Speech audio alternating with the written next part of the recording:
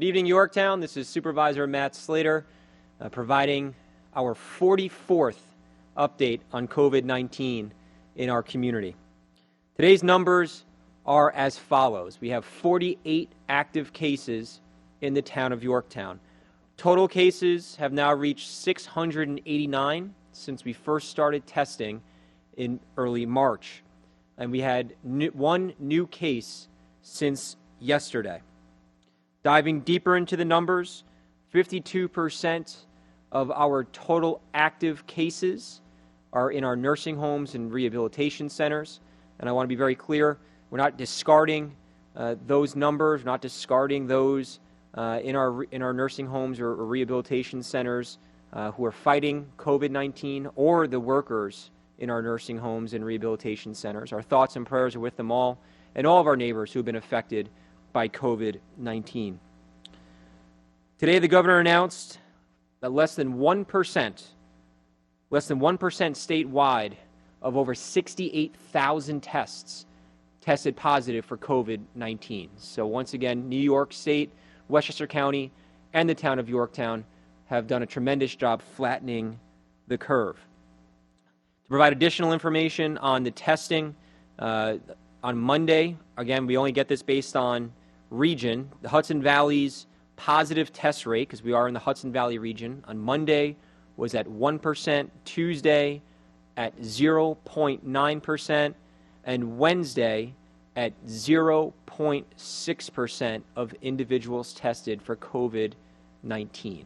So again, I just want to thank the town of Yorktown and all of our residents who continue to do such a great job helping us flatten the curve, following the social parameters that have been put forth by the state, the county, and the town.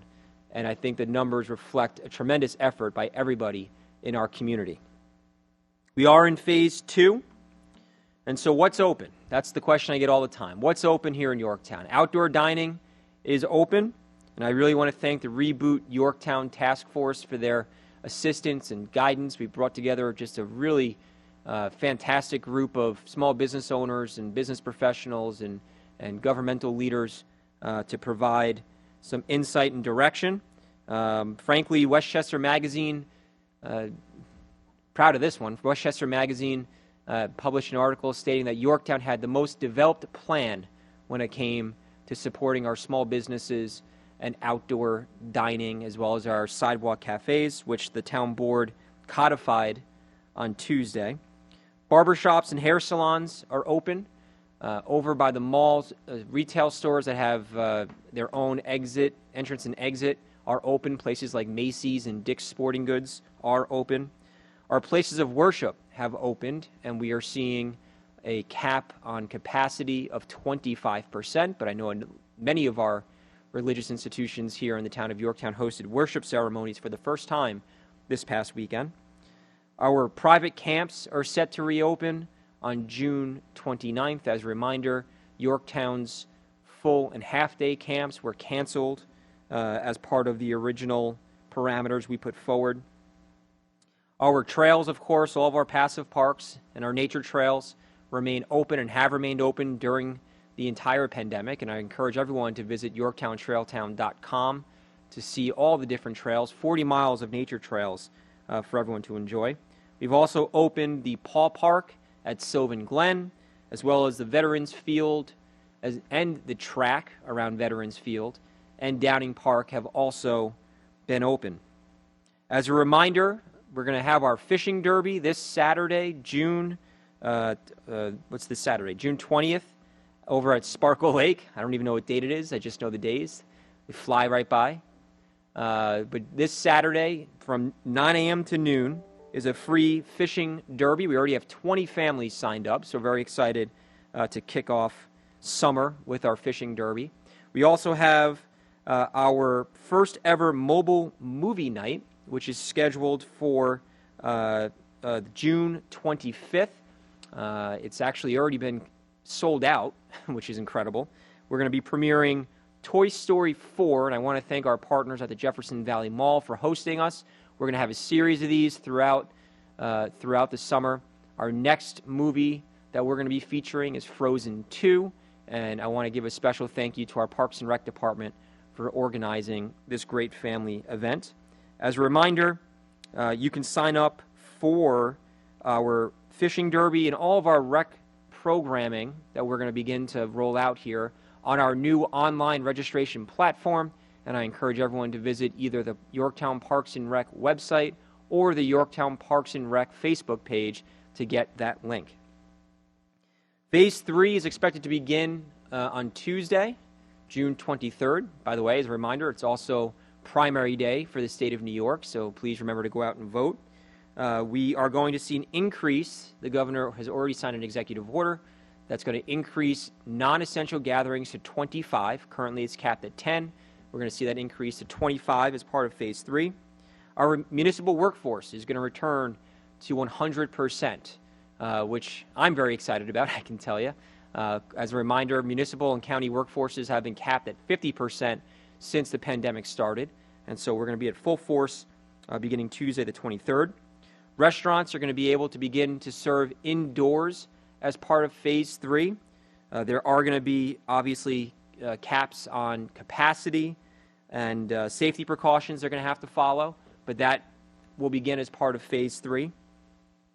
Our spas, nail salons, massage therapy, tanning salons are all set to open as part of Phase 3.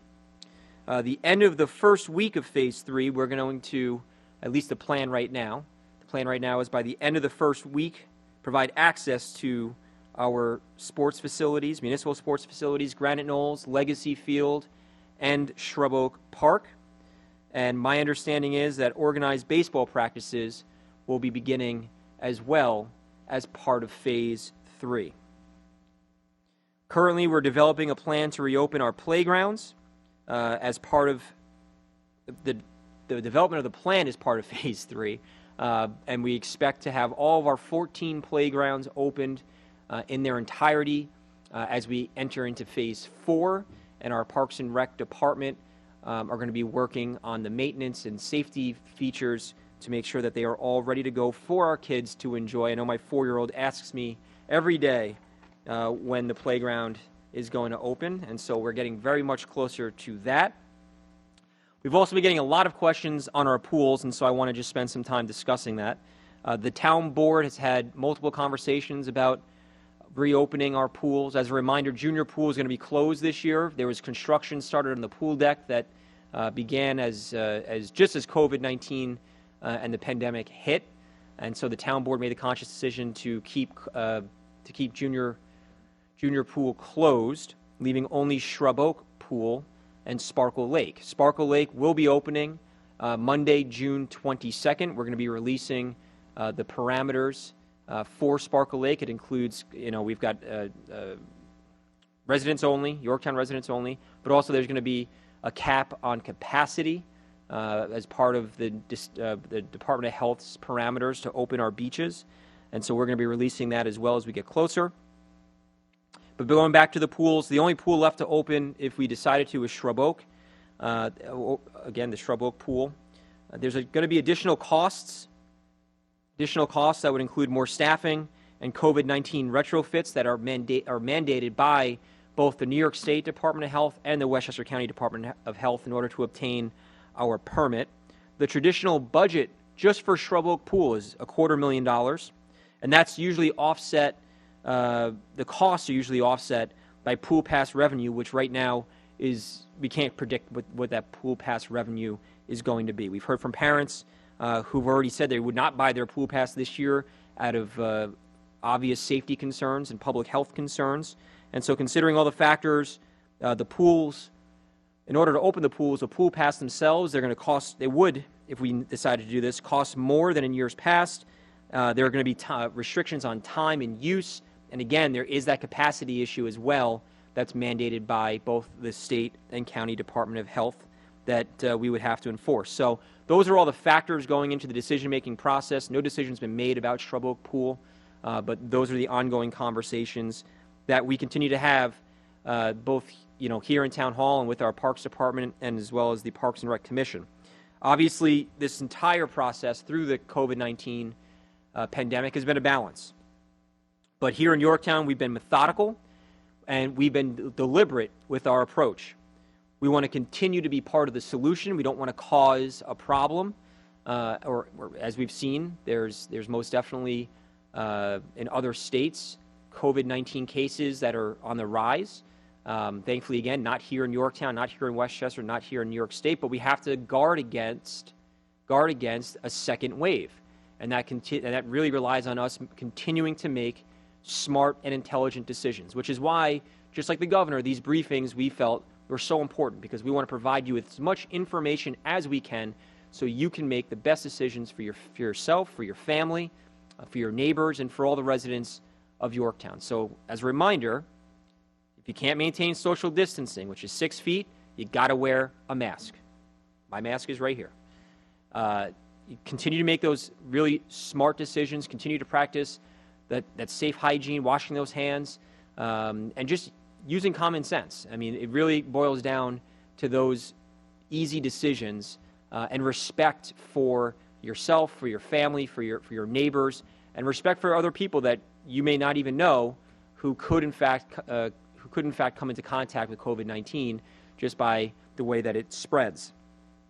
So here in Yorktown, we will be safe, we will be smart, and we will be successful. Now, the governor has said that he's going to end his daily briefings on Friday. I will tell you that we are having those discussions here as well. We are getting to the point where we will be diminishing these updates, but we will not be diminishing our communication and our outreach. Again, we've provided 44 updates since this entire thing started. That doesn't even include the town board meetings, and we do provide updates during our town board meetings that occur on Tuesdays, and we will continue to do that as we progress through the summer. But obviously, once we stop with the schedules of Tuesday, Thursday, Sunday, which is what we've been doing, we, of course, will provide continued communication and outreach, especially as new things open, especially as we have new announcements, or if things go the other way and we have to begin restricting access, which is, again, something that the governor has already stated, and I agree with. If we see the numbers begin to rise, obviously we're going to have to take swift action, and that all relies on all of us as a community to continue to respect each other and make these socially smart and socially responsible decisions. And so with that, again, today's number stands at 48. It's an increase of 1 from yesterday. We continue to see from those tested across the state of New York, 68,000 tested today, less than 1% were positive. And yesterday, for the entire Hudson Valley region, the percentage of COVID-19 positive tests was at 0.6%. So we've done a terrific job. We have to stay focused. We have to stay compassionate. We have to stay kind. And we will get through this together as a community. So we will be back with more information as it becomes verified and ready to share. And until then, as always, stay safe, stay healthy, and we'll see you soon. Thank you so much.